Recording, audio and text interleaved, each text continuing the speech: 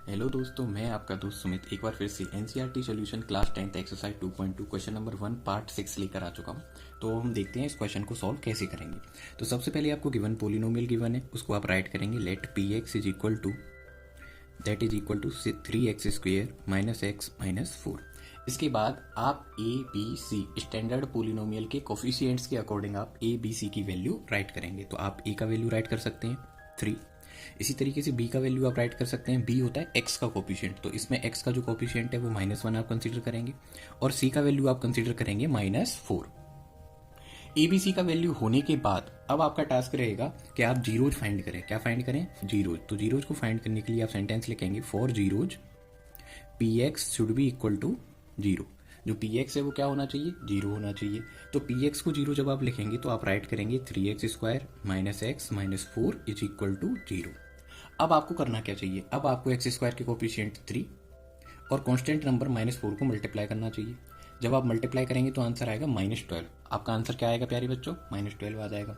इसके बाद आप क्या कर सकते हैं कि आप इस -12 के इस तरीके के फैक्टर कंसीडर करेंगे जिनको सब्ट्रैक्ट करने से -1 आता हो। देखो, जो x का कोफिशिएंट है वो अभी क्या है? -1। इसका मतलब माइनस करने से, क्योंकि जो मल्टीप्लाई का साइन है वो माइनस है, इसका मतलब सब्ट्रैक्ट करने के बाद -1 आना चाहिए। तो हम माइनस का 4 कंसीडर करेंगे और प्लस का 3। इनका मल्टीप्लाई करेंगे तो -12 होगा। इनको सॉल्व करेंगे तो -1 आ जाएगा। सॉल्व इन द सेंस आप जब उनको प्लस करोगे तो -4 और +3 को आप ऐड करोगे तो आपका जो आंसर आएगा वो -1 आ जाएगा। इस तरीके से आप इन फैक्टर्स को राइट कर सकते हैं। तो अब हम देखते हैं इसको कैसे राइट करेंगे। 3x²। अब देखो 3x² के साथ 3 लिख देते हैं जिससे कॉमन लेने में कोई प्रॉब्लम ना हो। 3x, उसके बाद -4x और -4 इज इक्वल टू 0। इसके बाद आप 3x² और 3x से कॉमन कंसीडर करेंगे तो आपका आंसर आएगा 3x कॉमन लेने के बाद x+1। इसके बाद थर्ड और फोर्थ टर्म से मुझे क्या कॉमन लेना चाहिए ये मुझे डिटरमाइन करना है। तो ब्रैकेट के अंदर लिखा हुआ फर्स्ट टर्म कौन है? x। इससे थर्ड टर्म वाली एक्सप्रेशन को आप डिवाइड करो -4x को, तो x से x कैंसिल हो जाएगा, आपका आंसर आ जाएगा -4। अब आप जब -4 कंसीडर करेंगे, कंसीडर मीन्स कॉमन लेंगे, तो आपके ब्रैकेट के अंदर जो नंबर्स आएंगे वो कुछ इस तरीके से आएंगे। -4x को आप -4 से डिवाइड करेंगे, माइनस से माइनस कैंसिल हो जाएगा, 4 से 4 कैंसिल हो जाएगा, x आ जाएगा, तो आप x लिख पाएंगे। इन सिमिलर वे जब आप -4 को -4 से डिवाइड करेंगे, माइनस से माइनस कैंसिल हो जाएगा, प्लस हो गया, 4 से 4 डिवाइड करेंगे 1 आ जाएगा, तो आप यहाँ पे लिख देंगे x+1। जब आपने फैक्टर्स को कंप्लीट कर लिया तो उसके बाद आपका टास्क ये रहेगा कि आप इन फैक्टर्स में कॉमन लें। तो आप कॉमन लेंगे, x+1 कॉमन आ रहा है, x+1 कॉमन आ जाएगा तो रिमेनिंग जो नंबर्स बच गए हैं उनसे सेकंड फैक्टर बन जाएगा 3x - 4। इसके बाद आपकी ड्यूटी यह रहेगी कि आप x+1 को 0 के इक्वल करें और 3x - 4 को भी 0 के इक्वल करें और वहां से x वेरिएबल की वैल्यूज को फाइंड करें। तो जो हमारा फर्स्ट एक्सप्रेशन है जिसमें वेरिएबल x है उसकी वैल्यू आ जाएगी, प्लस का साइड चेंज माइनस, 0 से आप 1 को माइनस करेंगे, आपका आंसर आ जाएगा -1।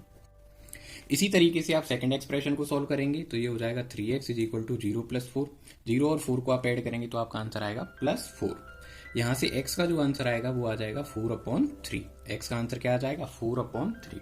अब हमने x की वैल्यू फाइंड करी है, x की 2 वैल्यूज आई हैं, दैट मीन्स 2 जीरोज आ चुके हैं। इसके बाद हमारा टास्क रहेगा कि अब हम जीरोज के नेम असाइन करें। तो लेट जो फर्स्ट वाला 0 है उसका नेम मैंने अल्फा दिया, उसको मैंने अल्फा = -1 हो जाएगा। इसी तरीके से बीटा, सेकेंड वाले 0 को मैंने बीटा नेम दिया, उसका वैल्यू हो जाएगी 4/3। इसके बाद सम ऑफ जीरोज फाइंड करेंगे, सम ऑफ जीरोज। तो सम ऑफ जीरोज के लिए हम जो जीरोज हमने फाइंड करें हैं उनकी वैल्यूज को मैनुअली ऐड करेंगे, -1/1 + 4/3। अब हम एलसीएम लेंगे क्योंकि हमें फ्रैक्शंस को ऐड करना है। जब हम इनको सॉल्व करेंगे तो एलसीएम आ जाएगा 3। अब आप 1 की टेबल से 3 को डिवाइड करेंगे, 3 आएगा। 3 की टेबल से 3 को डिवाइड करेंगे, 1 आएगा। अब इनका मल्टीप्लाई होगा, -3 + 4। आप सॉल्व करेंगे तो आ जाएगा +1/3। अब आपका जो आंसर आया है वो इक्वल होना चाहिए -b/a के। किसके इक्वल होना चाहिए? -b/a के। तो जो b की वैल्यू वो तो -1 है।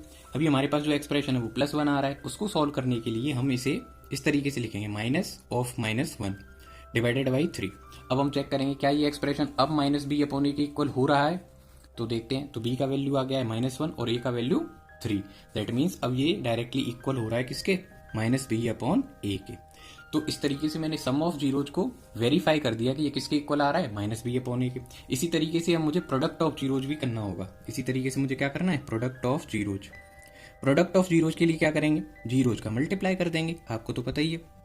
अल्फा का वैल्यू आप -1 पुट करेंगे और बीटा का वैल्यू आप 4/3 पुट करेंगे। फिर आप फ्रैक्शंस की फॉर्म में इसको कन्वर्ट करके 4 का मल्टीप्लाई -1 से करोगे -4 आ जाएगा। इसी तरीके से 3 1 जा 3 हो जाएगा और आप चेक करेंगे कि हमारा जो आंसर है क्या वो C/A के इक्वल आ रहा है या नहीं। अगर ये आ जाएगा तब तो ये वेरीफाई हो गया, नहीं आ गया तो आपको हो सकता है छोटे छोटे मॉडिफिकेशंस करने हो। तो अभी देख लेते हैं। तो C का वैल्यू क्या है, C का वैल्यू -4 है और A का वैल्यू 3, यानी ये तो डायरेक्टली आ गया, हमें कुछ ज़्यादा करने की जरूरत नहीं है। तो यहाँ से आंसर आ जाएगा C/A। तो मैंने अल्फा और बीटा का जब प्रोडक्ट फाइंड किया तो वो तो आ रहा है C/A के इक्वल। अल्फा और बीटा का जब मैंने सम फाइंड किया तो वो आ रहा है -B/A के इक्वल। इस तरीके से जीरोज और कोफिशिएंट ऑफ क्वाड्रेटिक पोलिनोमियल इनके बीच में जो रिलेशनशिप होती है वो क्या हो जाती है, वेरीफाई हो जाती है। आई होप आपको ये एक्सप्लेनेशन अच्छे से समझ में आई होगी। अगर आप इन वीडियो से फ़ायदा ले पा रहे हैं तो आप अपने दोस्तों को भी इसको शेयर कर सकते हैं और इन वीडियोज़ को लाइक कर सकते हैं, कमेंट कर सकते हैं, शेयर कर सकते हैं। आपको कोई भी प्रॉब्लम आती है तो भी आप कमेंट कर सकते हैं और इसी तरीके से सपोर्ट करते रहिए। Thank you so much.